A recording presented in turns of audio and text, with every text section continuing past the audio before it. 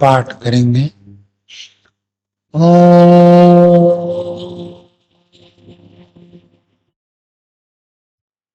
सहना भवतु सहनौ भुनक्तु सवीर्यं करवावहै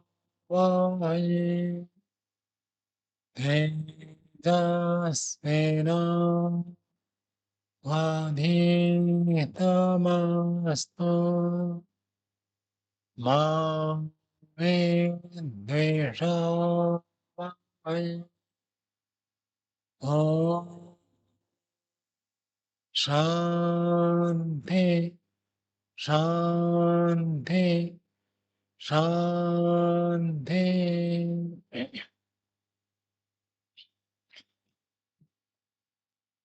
वेदोन्नति की 49वीं कक्षा है। वेदोन्नति में तृतीय अध्याय का हम स्वाध्याय कर रहे हैं। उसमें 11वें श्लोक तक हो गया था। आज 12वें श्लोक से पढ़ेंगे। प्रसंग था इतिहास में कैसे राजाओं ने अपने पुत्र के प्रति मोह को त्याग करके पुत्र का अन्याय हो तो उसको दोष बताते, और जो पुत्र नहीं है, दूसरा व्यक्ति है, वो यदि सत्य से युक्त है तो उसको श्रेय बताते हैं। उसका उदाहरण देने के लिए महात्मा विदुर जी धृतराष्ट्र के सामने इतिहास की बात प्रस्तुत करते हैं कि इतिहास में ऐसे हुआ था।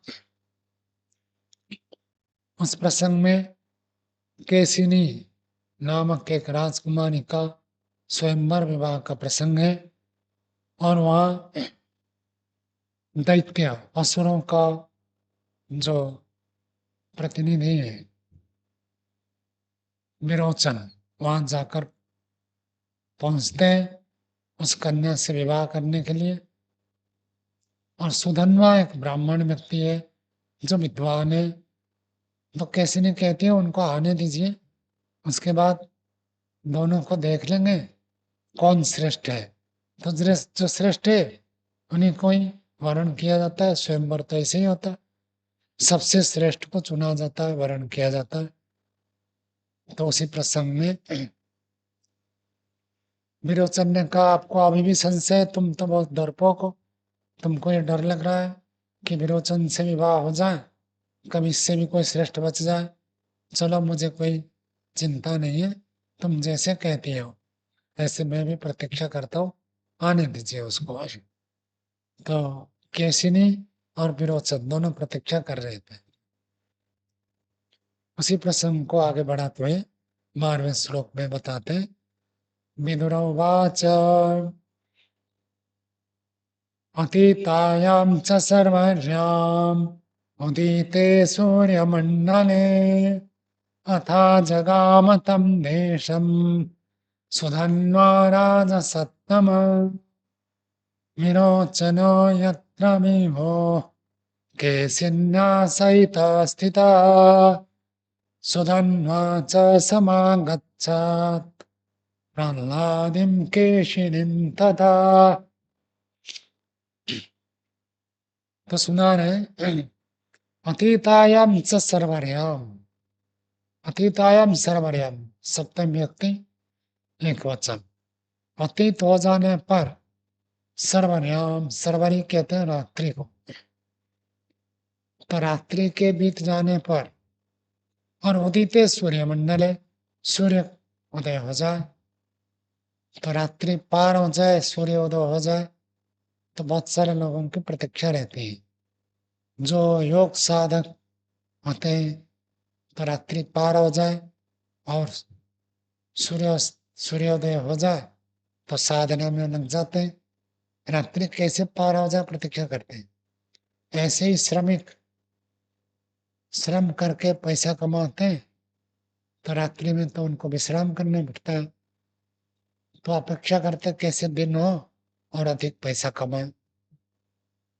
आलसी व्यक्ति सोते रहते हैं, बाकी सब तो सूर्य की प्रतीक्षा करते कब सूर्योदय हो और कब जागे। और ये दोनों प्रतीक्षा कर रहे थे। तो ऐसी स्थिति का उदाहरण देकर कहते हैं, जब रात्रि पार हो गई, सूर्यमंडल उदित हो गया, अर्थात सूर्योदय हो गया, अर्थात अजगाम, अजगाम, आप सर हैं, जगाम, ये भी लिट लकार का गम धातु से जगाम बन जाता है। अतः अजगाम, वहां पर आकर पहुंचा कौन? सुधन्वा राज सत्ता में। सुधन्वा जो है राजाओं में है श्रेष्ठ राजन, संबोधन करके विदुर जी धृतराष्ट्र को बताते हैं कि ऐसी ऐसी स्थिति बनती है। कभी कोई कहानी सुनाना होता है, कहानी में जब भूतकाल में सुना होता है तो वक्ता श्रोता का कनेक्शन जितना रहता है, यदि वक्ता उसको वर्तमान काल करके कहता है कि उस समय वह उपस्थित होकर कहा, हम जब वर्तमान काल में उसको प्रस्तुत करते हैं, वर्षा हो रही थी, कहेंगे वर्षा हो रही थी उस समय ऐसे हुआ, मानो वर्षा हो रही है, सुधन्वा उपस्थित होता है, ऐसे प्रश्न करता है, तो वो तो उसको बहुत अधिक जीवंत लगता है। तो उसी प्रकार के ये विदुर जी कहानी को प्रस्तुत करते हुए कहते हैं कि देखिए ऐसी ऐसी स्थिति थी, तो उस समय सुधन्वा तम देशम अतः आ जगाम, उस देश को आकर पहुंच गया। विरोचन यत्र विभो, जहां पर विरोचन पहले से ही विद्यमान था। विभो शब्द भी संबोधन में, हे विभो अर्थात हे राजन, विरोचन जहां पर था, कैसिन्या सहिता स्थिता, कैसिनी के साथ विरोचन जहां खड़ा था, सुधन्वा च समागच्छत, सुधन्वा आकर वहां पहुंच गए। प्रहलादिम कैसिनिम तथा, प्रहलाद का नाम आपने सुना होगा। प्रहलाद का पुत्र जो था वो था विरोचन। प्रहलाद भी दैत्य वंश में थे। प्रहलाद के पिता का नाम क्या था? तो उनका पुत्र था विरोचन। तो इसलिए दशरथ का पुत्र दाशरथी, प्रहलाद का पुत्र प्रहलादी, अर्थात विरोचन। तो विरोचन को और केसिनी को आकर, अर्थात उन दोनों के पास आकर पहुंच गए सुधन्वा। केसिनी राजकुमारी, प्रहलादी विरोचन थे जो कि दैत्यों का राजा प्रतिनिधि, और सुधन्वा एक ब्राह्मण विद्वान थे। तो वहां आकर पहुंच गए। अब देखिए दोनों में कैसे कथन कथन होता है। समागतम निजम दृष्ट्वा कैसिनी भरतर्षभ, प्रत्युत्थाय वसनं तस्मै पद्मर्घ्यं ददौ पुनः। समागतम द्विजम, जो बाहर से कोई द्विज आया है, ब्राह्मण आया है, दृष्टवा उसको देखकर, कैसिनी है भरतर्षभ संबोधन करके विदुर जी धृतराष्ट्र को बताते हैं, हम भरत कुल के श्रेष्ठ राजा हो। तो जैसे ही वो सुधन्वा ब्राह्मण आकर उपस्थित हुए, कैसिनी उस ब्राह्मण को देखकर प्रत्युत्थाय, जबकि कैसिनी राजकुमार थी, फिर वो उठकर खड़ी हो गई। आज सुबह वो आचार्य जी आए थे ना, वो बता रहे थे आचार्य आते ही खड़े हो जाना चाहिए, ये नियम है शिष्टाचार का। आचार्य आए और शिष्य ब्रह्मचारी बैठा रहे, खड़े हो जाना। तो जैसे ही कोई ब्राह्मण व्यक्ति आता है, विद्वान व्यक्ति आता है, बड़े व्यक्ति आता है, आचार्य तो एक बड़ा होगा, सामान्य रूप से भी कोई वृद्ध गुरुजन आता है तो आसन छोड़कर खड़ा होना, ये शिष्टाचार है। तो कैसी में तो राजकुमारी थी, लेकिन उनको इतना शिष्टाचार तो पता था। तो प्रत्युत्थाय उठकर खड़ी हो गई। आसनम तस्मै, आसन उनके लिए दिया। कि ब्राह्मण द्विज व्यक्ति आए तो तुरंत उसको आसन दिया था। पाद्यम, पैर धोने के लिए पानी। आप लोग ओडिशा में मुफ्त भ्रमण किए और कई जगह पर आपने देखा, घर में जाते ही बाल्टी मग्गा रखा होता है और यजमान आकर, गृहकर्ता आकर पैर धोने लग जाते हैं। ये परंपरा तो दक्षिण भारत में, बंगाल में, झारखंड में, उड़ीसा, छत्तीसगढ़ और आंध्र प्रदेश, ये परंपरा अभी भी जीवित है। कर्नाटक में भी है उधर ये परंपरा। उत्तर भारत में तो कोई जानते भी नहीं, कोई बताने पर भी करेगा नहीं।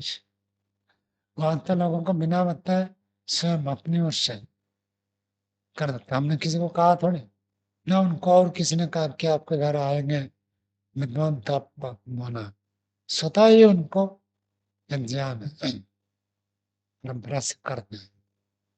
ये श्रद्धा और शिष्टाचार है।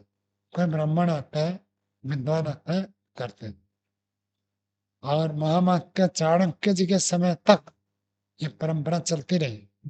चाणक्य जी ने लिखा ना, नवे प्रपादो नख कर्मणा नखो कर्दमानि।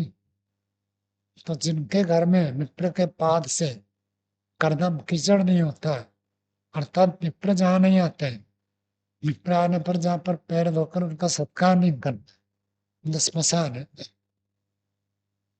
तो इतना उसको कठोर शब्द से कहा। तो यज्ञ करना है, माता पिता की सेवा करनी है और विप्र विद्वान अतिथियों का सत्कार करना है। आते ही उनको पाद्य दो।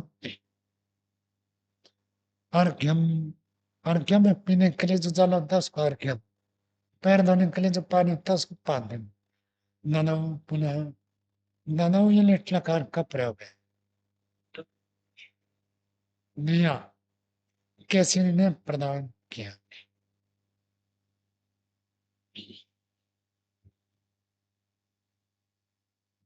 आगे देखिए 15वां श्लोक पढ़ते हैं।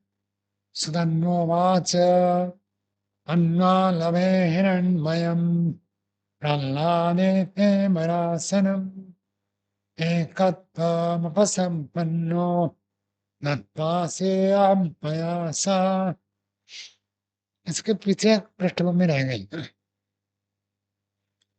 तो जैसे ही सुधन्व आए, केसरी ने उनको पानी दिया, पैर धोने के लिए, पीने के लिए पानी दिया, आसन दिया। तब जो आसन दिया उसमें वो बैठेंगे। तो उसके बीच में विरोचन ने उनको ऑफर दिया, क्या कहा, उसको आग्रह किया कि मेरे पास देखो सोने का आसन है, तो मेरे पास में आकर बैठ जाओ। अब कोई व्यक्ति कोई उपहार देता है, निमंत्रण देता है, तो उसको तो ये मना नहीं करा जाएगा। तो उसको अन्ना लभे, छू लिया बस। कैसे अल्लाह को उपहार देते ना लाकर, और हमारा काम का नहीं है, क्या करें। उनको कह देते बस आपका मैंने स्वीकार कर लिया, अब आप इसको ले लीजिए। आपने मुझे दिया, मैंने ले लिया, और फिर मैं आपको दे रहा हूँ, आप मेरे से ले लीजिए। हाँ, आसन था सोने का सिंहासन, पास में रखा था। हो सकता है ना जैसे आजकल सोफा सेट होता है, एक में दो बैठ सकते हैं, तो ऐसे कोई आसन होगा, दो व्यक्ति बैठ सकते हैं। तो उन्हें कहा मेरे पास बैठ जाओ, तो उसमें बैठे नहीं। सुधन्वा ब्राह्मण थे, विद्वान थे। ये भी देखो कैसे वाक्य बोल रहे हैं। अन्वान में उसको स्पष्ट कर लिया। लमधा तो आंग उपसर्ग पूर्वक होता, छूने अर्थ में। तो अन्वान में उसको मैं स्पष्ट करता हूँ। हिरण्मयम, तुम्हारा जो सोने का आसन है, इसको मैं छूकर आपने जो निवेदन किया, आग्रह किया, उसको मैं सम्मान करता हूँ। प्रहलाद, हे प्रहलाद के पुत्र, तुमने जो ये आसन दिया, मैं उसको सम्मान करता हूँ। ते बरासनम, तुम्हारे श्रेष्ठ आसन को मैं है दृष्टि से नहीं देखता हूँ।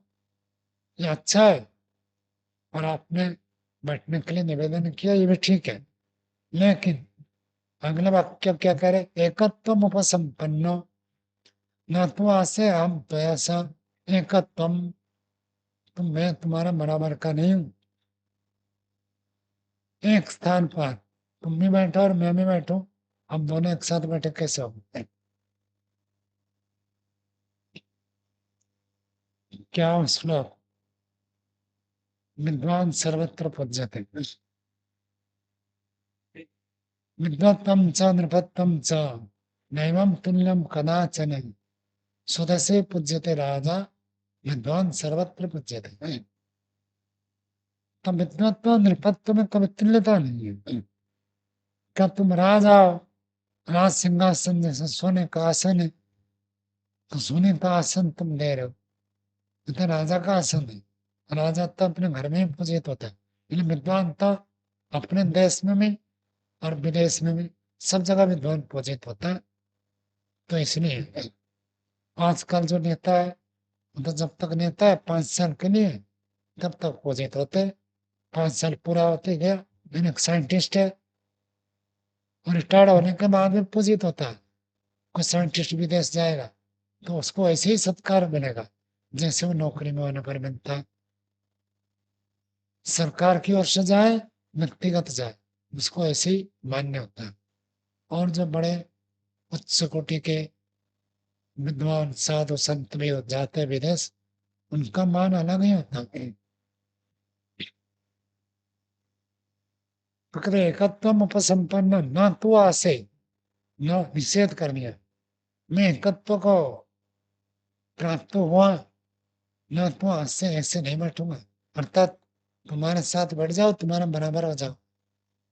और आजकल तो कोई विद्वान है और कोई राजा बुलाए, मंत्री मुख्यमंत्री बुलाए, पास में बैठ जाओ, थोड़ा खुश हो जाएगा, देखो मैं मुख्यमंत्री के पास बैठ कर आया हूँ, और फोटो खींच कर लाया, उससे वो अपने आप को महान मानता है। ये सुदामा उच्च कोटि के विद्वान ब्राह्मण थे, तो कहा मैं तुम्हारा बराबर तो हूं नहीं, तो तुम्हारे साथ बैठकर तुम्हारे बराबर को प्राप्त कर लूं, ये नहीं है। और आगे देखिए 16वां श्लोक पढ़ते हैं।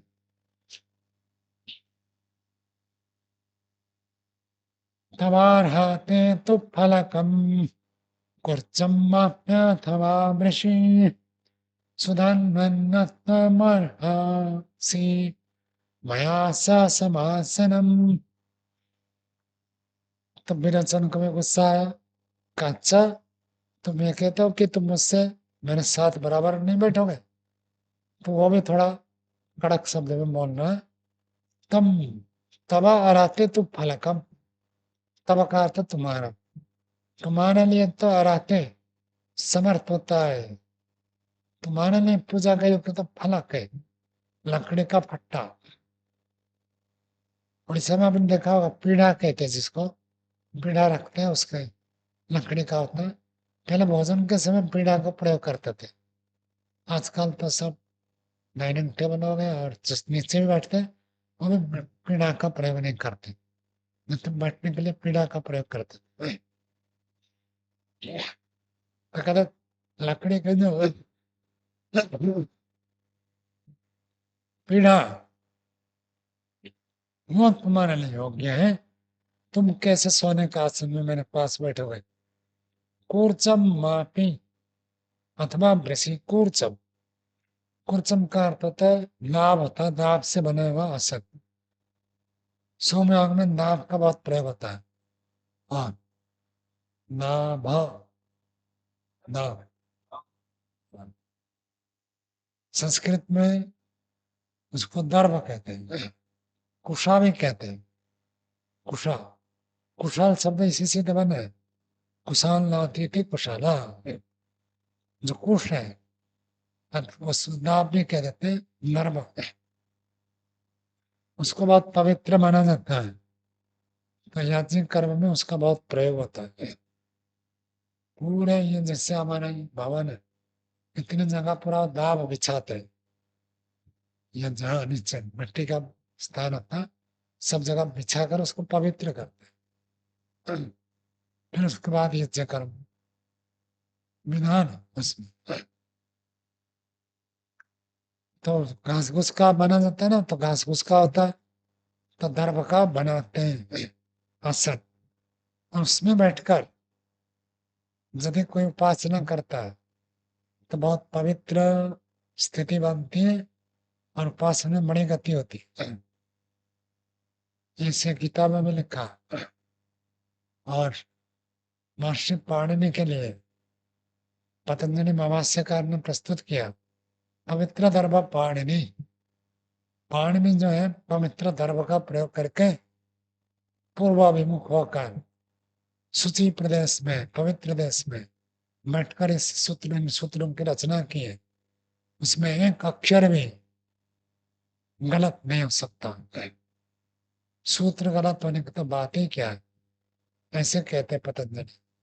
जैसे बादशाह ने महर्षि गौतम को प्रशंसा करते हैं, भगवान ऋषि ऐसे शब्द प्रयोग करते हैं, ऐसे पतंजलि जी ने महर्षि पाणिनि की बहुत प्रशंसा की है। तो पवित्र दर्भ पाणिनि, दर्भ दर्भ के द्वारा पवित्र हुआ पाणिनि जी ने इन सूत्रों की रचना की। झूठ नहीं है। कुशा होता है बिल्कुल शादी विवाह में ऐसे अंगूठे बनाकर पहनते हैं, बहुत पतले पतले होते हैं। हाथ कट जाता है। इसलिए जो उसके जो नाश जैसे होता है, उसके अंदर से वो नारियल के सींग जैसे है ना, बिल्कुल ऐसे होता है। नारियल के झाड़ों के सींग देखा होगा।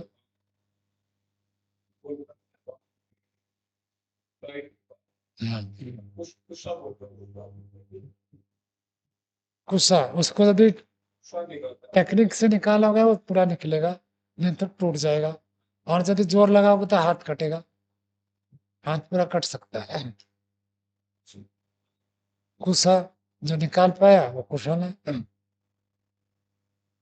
तो उसको के वो घास घूस का होता है, तो वो कहता तुम तो घास घूस के उस आसन में बैठने वाला हो, तुम्हें क्या सोने का आसन योग्य है। अथवा ऋषि उस कुशे का आसन को भी पीढ़ा जैसे बना देते हैं, पीढ़ा बना दिया लकड़ी का, उसके ऊपर कुशे का आसन बिछा दिया। एक तो बैठने योग्य होता है, लेटने के लिए भी ऐसे बड़े बड़े होते हैं।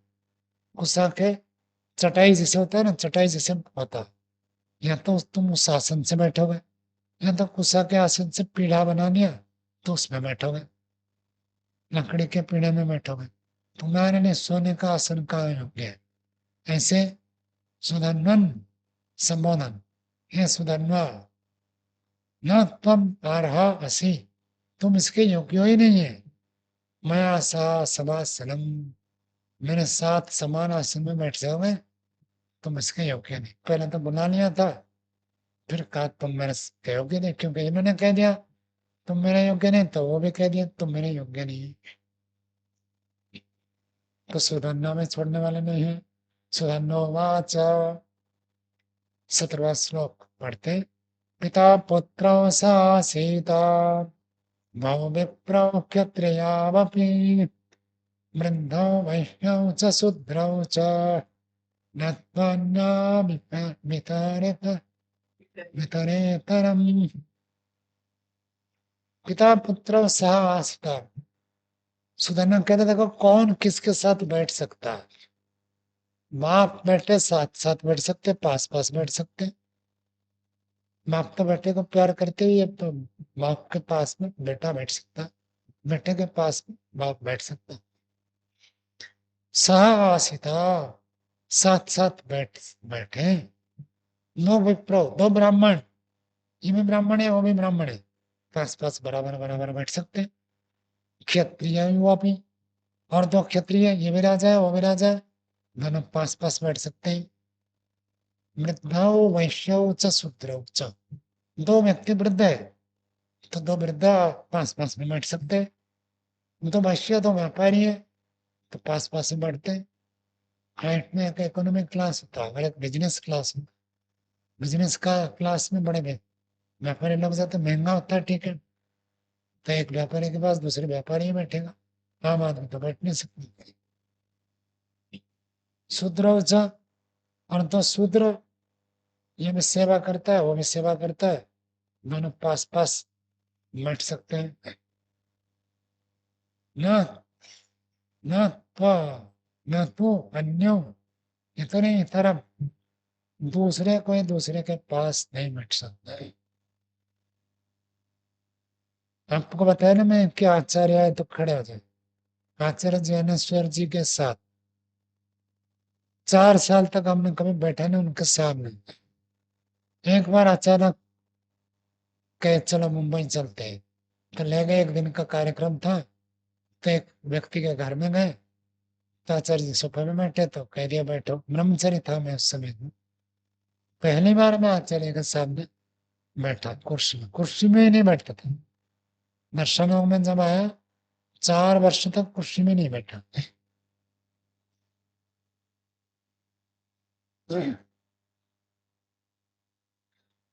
तो फिर आपको दर्शन में ले जाएंगे।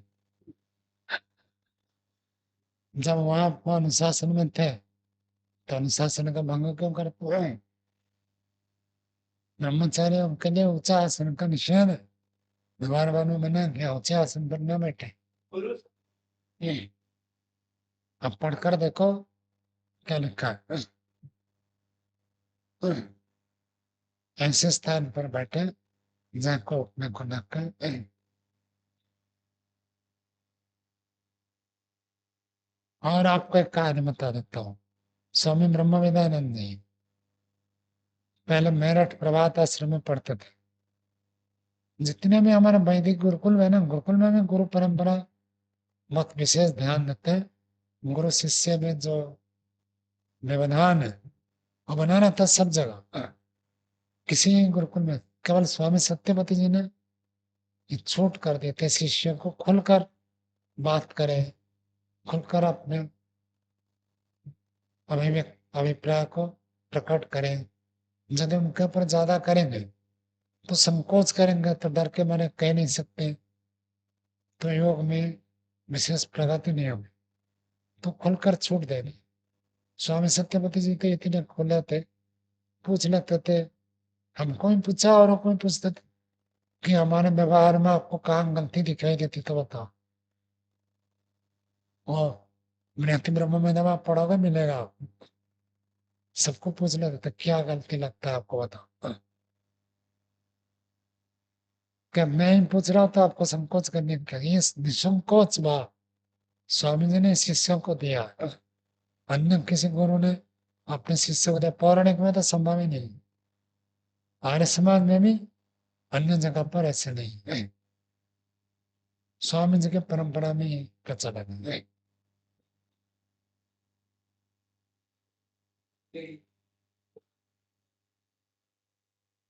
कौन निर्णय करेगा? गुरु की बात ठीक है, शिष्य की बात ठीक है, शिष्य निर्णय करेगा। लिखा तो है तो क्या निर्णय करेगा? वही तो, वही आपको लग रहा है ना, वह सत्य सिद्ध तो हो पहले।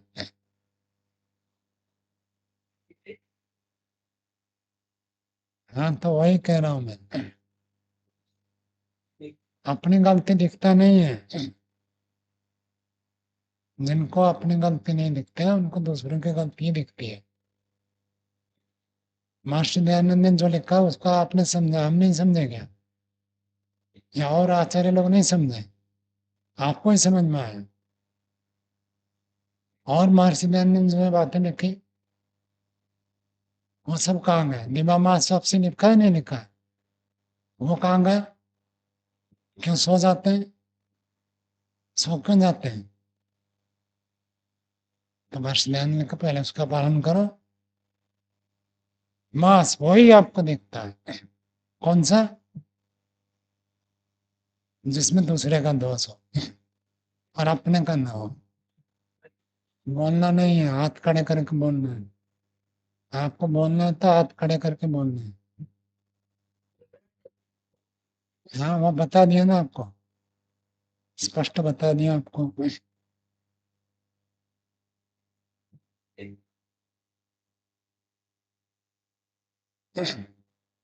तो यही बात है, समझने की क्षमता जिसकी नहीं होती, बौद्धिक दुर्बलता होती है, उनमें दुर्दशा होती है। आप नहीं बोलो, आपको मना किया ना अभी बोलने के लिए, फिर आप क्यों बोलते हैं?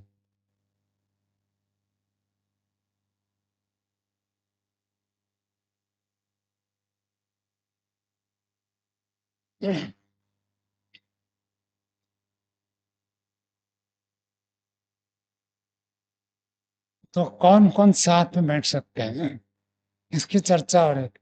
मैं आपको ये बता रहा था, स्वयं ब्रह्मानंद जी मेरठ प्रभात आश्रम में रहते थे। उन्होंने खुद बताया था कि एक बार जीप में कहीं जाना हुआ, स्वामी विवेकानंद जो प्रभात आश्रम के प्राचार्य है, उनके साथ जाना था जीप में। और जीप में कितना, वहां से कितना दूर बता रहता है, 4 घंटे का रास्ता है, ऐसे कुछ बता रहे। स्वामी जी बैठ गए आसन में और 2 ब्रह्मचारी साथ में थे। साथ में बैठ नहीं सकते, और जीप के नीचे बैठने का जगह नहीं होता, बैठेंगे भी कैसे, खड़े रहे। और जीप में खड़ा कैसे होगा, कुछ नहीं, वैसे ही आधा झुककर खड़े हुए, जैसे दंड दंड लेते ना, कुर्सी आसन होता। हाँ, पूरा ऐसे 4 घंटे 6 घंटे इसमें कितना कुछ कह रहे थे। इतनी देर तो पूरी लंबी यात्रा खड़े खड़े गए, खड़े खड़े आ गए। कि वहां ऐसी मान्यता है, बैठ नहीं सकता साथ। अभी भी मैं पीछे 3 साल पहले स्वामी जी को देखा था,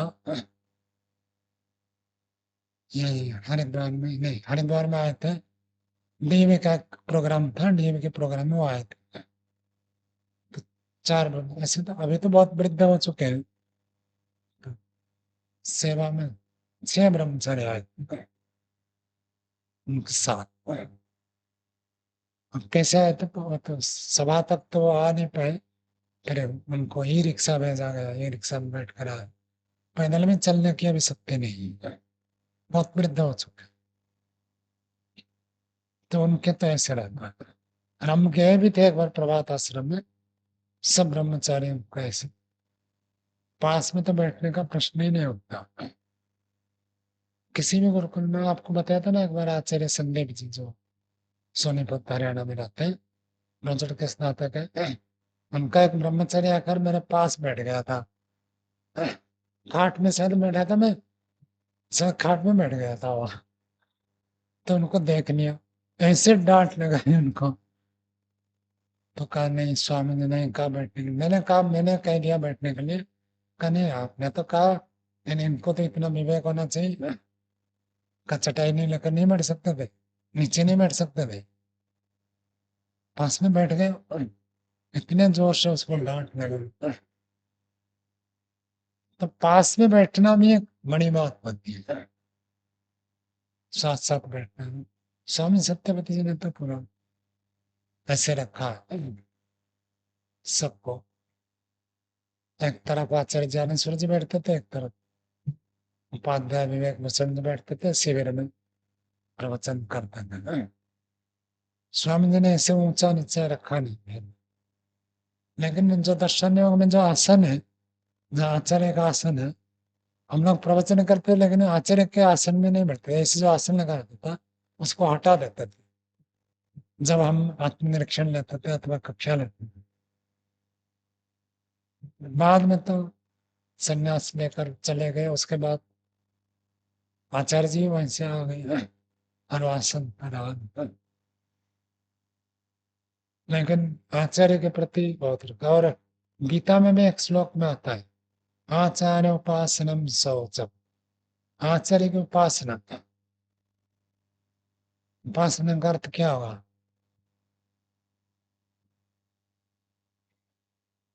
आदेश का पालन करना है। जैसे आचार्य का वैसे आदेश का पालन करना, उसको आचार्य उपासना कहते हैं। छंदों में भी यही बात कहता है, अत्यंतम आत्मानम अवसादयम, अपने आप को अत्यंत रूप से अवसादित करो, अर्थात सब इच्छाओं को मारो, जैसे आचार्य की इच्छा है ऐसे चलो, वही है आचार्य की उपासना है, वही अत्यंतम आचरण अवसादयन, और उसको धर्म के रूप में गिनाया गया। तो पास पास कौन बैठ सकते हैं, इसका भी बड़ा नियम होता है। सभा में सामान्य रूप से कौन कहाँ पर बैठे ये निश्चित होता है। बड़े बड़े सभा में तो नाम में लिख कर रख देते हैं, इस आसन पे ये बैठेगा, इस आसन पे ये बैठेगा, नहीं तो कोई भी आकर बैठ जाएगा, आरक्षित लिख देते हैं। और कहीं कहीं पर तो नाम में लिख देते हैं, इस ये आसन इनके लिए, वो आसन इनके लिए, निश्चित हो जाता है। नेमप्लेट वही नाम लिख कर रख देते हैं कि ये आसन उनके लिए उद्दिष्ट है, दूसरे नहीं बैठ सकते हैं। प्रोटोकॉल होता है, राज्यपाल और राष्ट्रपति यदि कहीं पर जाते हैं तो उनसे ऊंचा आसन किसी का नहीं हो सकता।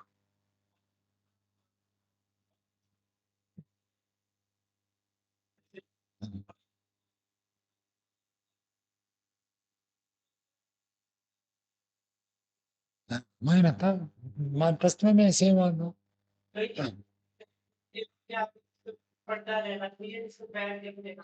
वो सब बहुत नियमित, उनको खाना पीना ये सब, हर एक चीज के लिए एक व्यक्ति रहता है उनका। हाँ, गार्ड नहीं उतना है वो एक नहीं, क्या कहते हैं, आईपीएस होता है। जिस जिले में जाएंगे, उस जिले का जो आईपीएस है वो उनके साथ रहेगा। आप उस जिले को पार करके दूसरे जिले में जाएंगे तो वहां का आईपीएस आकर उनको रिसीव करके ले जाएगा, दायित्व हो जाता है अपन। बड़े आगे से आगे पूरा लगा रहता है उनका, श्रृंखला तो लगे रहती है बहुत। तो राजकीय स्तर पर उनको प्रदान हो जाते हैं। और एक बार ऐसे बातचीत हो रही थी तो आचार्य सत्यजीत जी ने कहा कि शंकराचार्य आदि जो आते हैं, मैंने तो सुना नहीं था, उन्होंने कैसे बताया, उनके कुर्सी का आसन जमीन से कितने ऊंचाई पर है, वो ऊंचाई मापा जाता है। और दूसरे शंकराचार्य है तो उनके आसन से यदि 1 इंच भी कम हो गया का नहीं होगा, उनके नीचे लाकर वो सब लगाएगा। और उनके, जैसे आप कहते हैं राज्यपाल का आसन आता है, और शंकराचार्यों का आसन जाता है गद्दी, गद्दी में। मैंने कहा ये लोग इतने हैं कि 1 इंच आसन नीचे ऊंचे पर हो जाए तो मान सम्मान के बात पड़ते हैं, इनसे तो हम ही बहुत अच्छे हैं ना। आचार्य सत्यजीत जी थोड़ा व्याख्या करते हैं ना, उन्होंने कहा ऐसी बात नहीं है, वो ऊंचा नीचा अपने व्यक्तिगत थोड़े हो, तो एक समुदाय का प्रतिनिधित्व कर रहे हैं ना, तो पूरा वो समुदाय को छोटा मान लिया, इस रूप में जाएगा, इसलिए वो सब उनका होता है, होना नहीं चाहिए।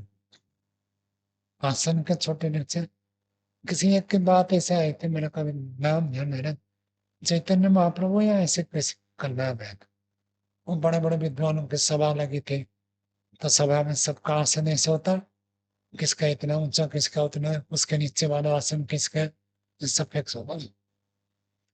और उनको बुलाया गया था कि भाई आप शास्त्र आदि कुछ पढ़ाते नहीं, कल हरे कृष्ण करते हैं, तो उनका खंडन करने के लिए शायद बुलाया गया।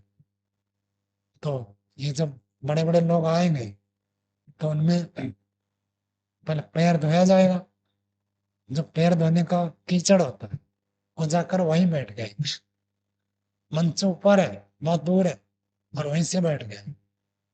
और कह, मैं तो आप लोगों के पैर के धूल के समान, वहां बैठने की योग्यता नहीं, मैं अयोग्य हूँ कहकर खुद ही नीचे बैठ गए।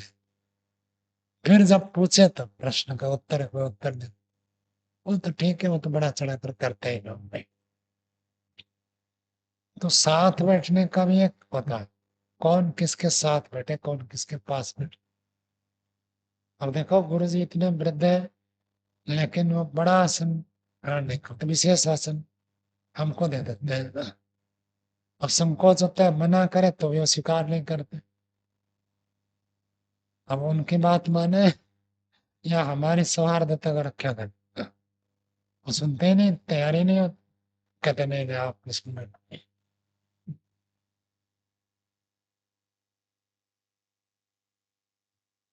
आगे देखिए। 8वां श्लोक पढ़ते हैं।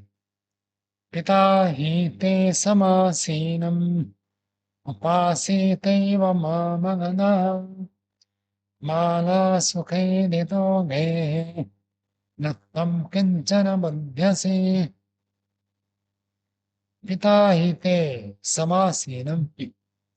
सुधन्या जी विरोचन को डांट लगा रहे, कहते तेरे पिता जो है समासीनम, बैठे हुए, उपासीता एवं मां मधा, मेरे नीचे बैठकर उन्होंने उपासना की, अर्थात जो भी सेवा करता है।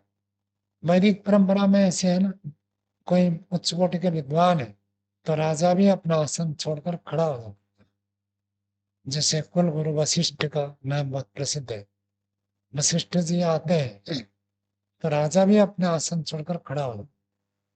कोई भी ऐसे वैदिक राजा होते थे तो जो ब्राह्मण विद्वान है उनको ऊंचा स्थान देते थे, उनको सत्कार करते थे।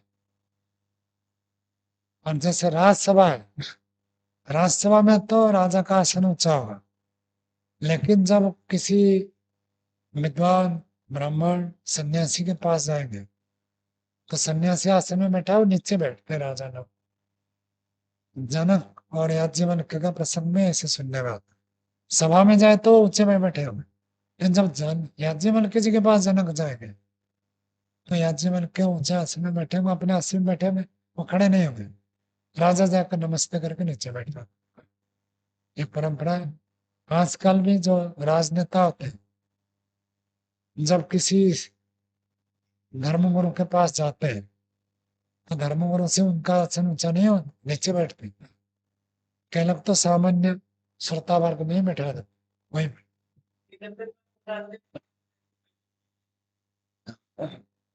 तो सामान्य नियम ये है कि यदि साधु के पास आप गए तो आपका आसन नीचे रहेगा। तो सुधन्या जी बता रहे तुम्हारे पिता तो मेरे पास कई बार आकर मेरे पास माम आधा, मेरे नीचे बैठे, अर्थात मेरे से नीचे आसन में बैठकर बहुत कुछ बातचीत की है। माला सुखा दे दी तो गए हैं, तो माला को सुखाए देता, बड़े लाड़ प्यार से तुमको पाला पोसा। पिताजी ने, पिताजी राजा है तो राजकुमार को तो बहुत ऐश्वर्य से धन संपत्ति से लाड़ प्यार से पालन करते ही है।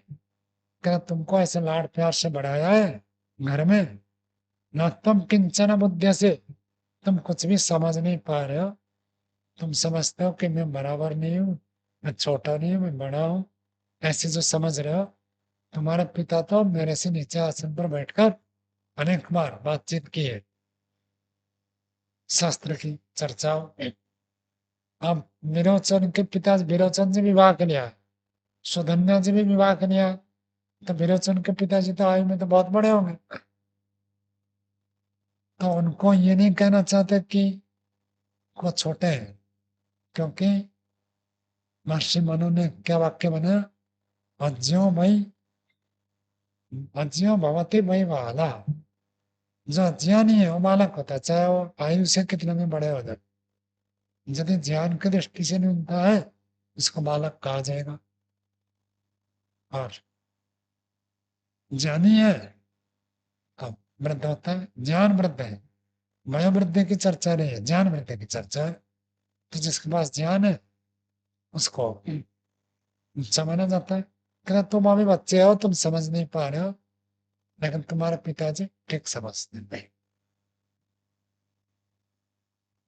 तो विरोचन इतने सुनने के बाद कहते हैं, विरोचन उवाच हिरण्यं च गवास्वं च यद्वित्तामसुरेषु न सुधन्वन् विपणितेन प्रश्नं पृच्छावत् ये विदुः।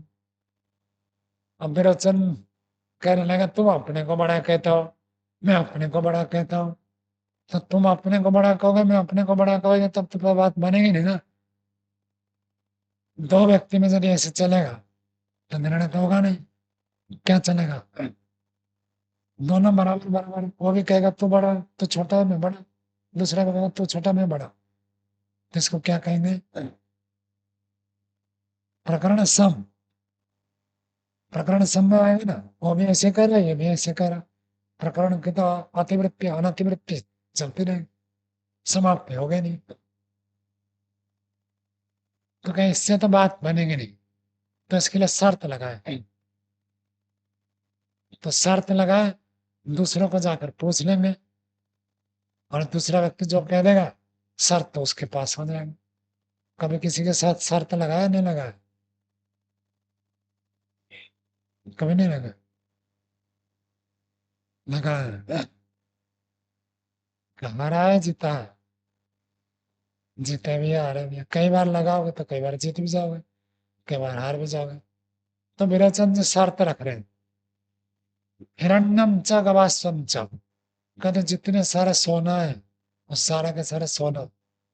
गवास्वम, गाय और घोड़े, जितने में गाय है जितने में घोड़े हैं, यह वित्तम, जो वित्त है, असुरेषु न, असुरों में न, अस्माकम, न कर्त हमारे, हमारे असुरों में जितने में धन है, जितने में सोना है, जितने में गाय है, जितने में घोड़ा है, वो सब मैं शर्त में रख रहा हूँ। सुधन्वन, है सुधन्वा, मैं शर्त लगा रहा हूँ। विपणिकार, पणकार था शर्त, पण व्यवहार स्थित उच्च एक धातु है, तो मैं शर्त लगा रहा हूँ। तेना प्रश्न पृछाव ये विदो, चलो जो लोग विदो, जो लोग जानते हैं, उनको जाकर हम दोनों पूछते हैं। वो लोग बताएंगे कि श्रेष्ठ कौन है। तुम तो अपने को श्रेष्ठ कहोगे, मैं अपने को श्रेष्ठ कहूंगा, तो कौन श्रेष्ठ है कैसे निर्णय होगा? तो निर्णय के लिए न्यायाधीश के पास चलो, न्यायाधीश जो कह देगा उसको माना जाएगा। ऐसे ही तो होता है। कोर्ट में मामला तब जाती है जब आपस में सुलझता नहीं है, कहते चलो। और कई विद्वान लोग भी दूसरों के विरोध में कोर्ट में केस कर देते हैं। एक विद्वान दूसरे के विद्वान के विरोध में केस कर देते हैं। हमको उनको लगता है मेरी बात मानता नहीं है, नहीं मानता तो उसको कोर्ट में ही फैसला हो। तो मेरे संजय ने ऐसे कहा चलो दूसरों से पूछ लेते हैं, जो लोग जानते हैं, जो लोग जानकार है, इस विषय में अच्छी तरह से बता सकते हैं, उनको चलकर पूछते हैं। सुधन्वाच, सुधन्वा ने कहा, हिरण्यम च गवासम च तवैवास्तु विरोचन, प्राणायोस्तोपणं कृत्वा प्रश्नं पृच्छावये विदो। सुधन्या जी को बहुत सेल्फ कॉन्फिडेंस है, बहुत अति आत्मविश्वास। वो कहते अरे तुम गाय घोड़ा और सोने चांदी की बात करो, धन संपत्ति की बात करो, उसकी कोई जरूरत नहीं है। वो आपके घोड़े, गाय, सोना चांदी आपके पास रहे, वो मुझे जरूरत नहीं है। मैं इसको जीत कर क्या करूं? प्राणयोस, प्राणयोस्तु पणम कृत, प्राण को बाजी लगाते हैं। सुनो, तू श्रेष्ठ है या मैं श्रेष्ठ हूं? प्राण की बाजी है। यदि तू जीत जाओगे, तुझे लोग कह दिए कि तू श्रेष्ठ है, मैं अपना प्राण दे दूंगा तुझे। और यदि मैं जीत जाऊंगा, तो अपना प्राण मुझे दे दो। क्या तैयार हो? प्राणवस्तु पणम कृत्वा प्रश्न पृच्छाम ये विदो, जो लोग इसके जानकार है, कौन श्रेष्ठ है, इसका निर्धारण करने वाला जो है, उनको चलो पूछ लेते हैं। प्राण को बाजी लगाते हैं। देखो कितना कॉन्फिडेंस होगा उनके अंदर। ब्राह्मण व्यक्ति कभी ये नहीं होता है। एक बार हम लोग पढ़ते थे, ब्रह्मचारी थे, एक ब्रह्मचारी ने स्वामी विवेकानंद जी को कहा कि आप मंत्रियों के पास जाते हैं, बड़े बड़े आईएएस ऑफिसर और एडवोकेट के पास जाते हैं, आपको कभी डर नहीं लगता? तो कह क्यों डर क्यों लगेगा?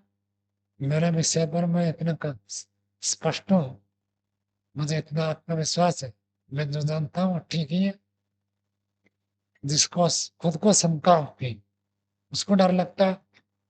मुझे कोई शंका नहीं है कि मैं जो मानता हूँ वो सही है गलत है। और हमारे इतने पीढ़ी से ये वैदिक परंपरा चल रही है, बचपन से भी मैं ये सब सुन रखा हूँ, तो मुझे क्यों डर लगेगा। तो डर उसको लगता है जो कमजोर है, जो कमजोर नहीं है उसको डर नहीं लगता है। तो सुधन्वा जी को इतना विश्वास था। कई लोग इसको व्याख्या करते सुधन्वा तो ब्राह्मण थे, उनके पास धन संपत्तियां थी नहीं, तो धन कहाँ से लाएंगे बाजी लगाने के लिए।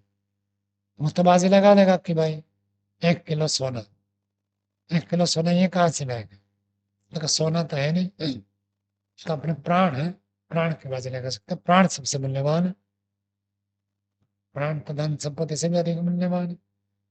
और दूसरी व्याख्या जो मैंने बताया, कह रहे धन संपत्ति की तो बात क्या है, धन संपत्ति में जीत कर मुझे जरूरत ही नहीं, मुझे नहीं चाहिए। मुझे तो सबसे बड़ा प्राण प्रिय होता है, प्राण के बाजी लगा देता हूँ। चलो पूछते हैं। तो फिर कल इसका हम पठन करेंगे, कैसे जाकर विचार करेंगे कौन व्यक्ति श्रेष्ठ है और कौन व्यक्ति श्रेष्ठ नहीं है, उसका निर्णय कल करेंगे।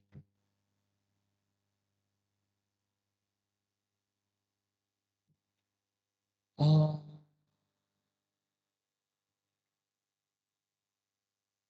शांति, शांति, शांति। सर्वभ्यो